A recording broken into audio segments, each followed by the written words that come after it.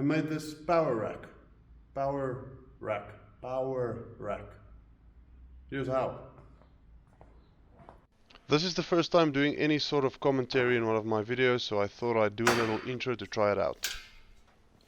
I designed the entire power rack in Fusion 360 before starting the build. Aside from hole placement, most of the dimensions on the power rack are pretty standardized. I basically got that by just googling power rack specs, and that came up with a whole bunch of reference material to use. I will say that I would have preferred using some square tubing with a little bit thicker wall. Here I'm using 75 by 75 millimeter square tubing with a 2 millimeter wall thickness. I would have preferred using something a little thicker like 3 millimeter, but this is what I had, so that's what I decided to use. The build was pretty straightforward.